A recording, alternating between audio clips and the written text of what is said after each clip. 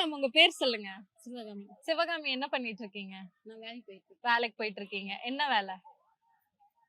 அது வந்து பைக் சம்பந்தப்பட்டது. பைக் சம்பந்தப்பட்ட இரும்பு இரும்பு வேலை. ஓகேங்களா? சரி, இன்னைக்கு இங்க என்ன பண்ணிட்டு இருக்கீங்க? இது வந்து பாப்பாக்கு வந்து சுதந்திர தின நாள் வந்து பாப்பாக்கு வந்து என்ஜாய் பண்ணலாம்னு ஃபேமிலியோட வந்திருக்கீங்க. உங்ககிட்ட ஒரு கேள்வி கேட்கலாங்களா? சரி, உங்களோட வாய்ஸ் வந்து திடீர்னு தூங்கி எந்திரிக்கும் போது மாறிடுச்சு. அது யாரோட வாய்ஸா இருக்கணும்னு ஆசைப்படுறீங்க?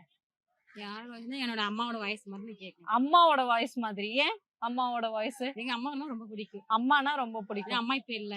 அது அம்மா ரொம்ப பிடிக்கும். ஓ, அதனால அம்மாவோட வாய்ஸ் இருந்துச்சுன்னா நல்லா இருக்கும் அப்படின்னு ஃபீல் பண்றீங்க. சரி, அம்மா பேசுறது மாதிரி அம்மா வந்துட்டு அடிக்கடி இந்த ஒரு விஷயம் வந்துட்டு என்கிட்ட கேட்டுட்டே இருப்பாங்க, இல்லன்னா இந்த மாதிரி ஒரு விஷயம் சொல்லிட்டே இருப்பாங்க அப்படின்னா என்ன ஒரு விஷயம்?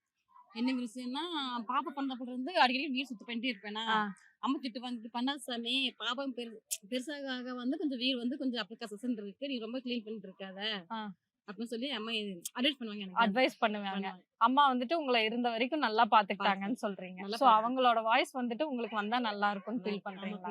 சரி, ஓகே. உங்களுக்கு அம்மாவோட ஒரு அன்பு வந்துட்டு எப்பவுமே உங்க கூடயே தான் இருக்கும். Thank you so much.